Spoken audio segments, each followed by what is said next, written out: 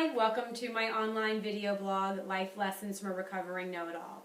Well, it's February, the month of love, and so today we're going to talk a little bit about dating. Have you ever noticed how easy it is to date these days? I feel like with online dating, we literally have access to thousands of people right at our fingertips. Then why does it still seem so tough? Well, and that can be for a multitude of reasons. I think our lives are busier than ever these days. I think we've lost sight of what we want as opposed to what we actually need in our life, and that's a big one. We'll talk about that in a further blog. But either way, online dating gives us access to people we normally wouldn't come in contact with, but it also allows us to be a little deceptive. And I know some of you are watching this right now thinking, not me, I tell the truth in all my dating profiles, but I know I'm not the only one who's gone out with someone who's looked nothing like their profile, so I'm going to stick to some of us still are deceptive. Also, it makes us great window shoppers. If we don't like the look of someone, we can just scroll through to the next, always looking for the bigger, better deal, as I call it, and that can be a hindrance as well. But either way, whether you decide to date organically or in person, here are a few tips that might help you kiss a lot less frogs to get to your prince or princess. Number one, know your deal breakers ahead of time. This is big because a lot of us make excuses for bad behavior just because we want something to do on a Friday or Saturday night. So whether it's somebody who's always showing up late, or is on their phone during our date, or never seems to hold a job down, whatever it is that bothers you, say something. But if it continues, know when to move on. You're not going to change anyone. As a matter of fact, it's not your job to change anyone. You just need to find the one who's most compatible with you. So if this isn't working for you, there are plenty of fish in the sea, I promise you, so move on.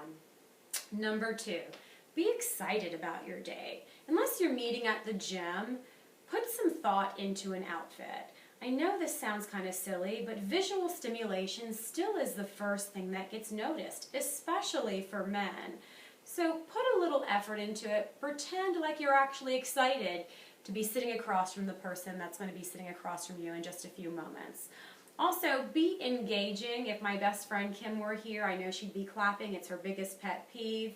But nothing's more disappointing than taking a few hours of your time only to find out the person sitting across from you has no interest in asking you any questions or learning about you. They only want to talk about themselves. That's really disappointing. Not to mention it comes off as immature, narcissistic, and disinterested. If you want the person to go out with you again, give them a reason to want to go out with you again. Ask questions. Show that you're really interested in getting to know who they are. I mean, how else are you going to know if they're actually compatible for you? Number three, have manners. Ugh, I hate that I even have to mention this, but it seems like it's a lost art these days. It seems like the more dates I've been on, the less and less manners I find.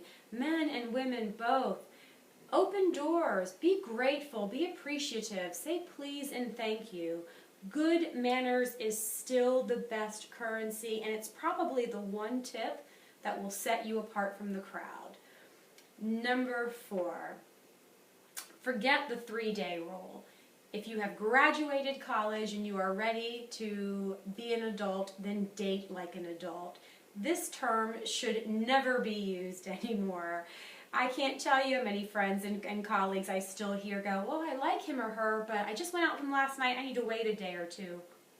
Why? What are you waiting for? Are you waiting for someone else to come in and ask them out? I don't get it. Either way, know this. Confidence, for adults at least, is sexy. So if you know what you want, don't be afraid to go after it or ask for it. Go ahead, ask for that next date right away. And last but not least, don't be a saboteur. And I'll explain what I mean here because I'm the worst offender of this. For many years, I was a serial dater, and within the first 5 minutes, like we all do, I would make a snap judgment about the person I was sitting across from. Either they weren't as good looking as I'd liked, or they talked funny, or ate their food a funny way. It doesn't matter, whatever it was. I would literally look at them and go, yeah, he's not my type. And then I sort of checked out the rest of the date, just kind of going through the motions.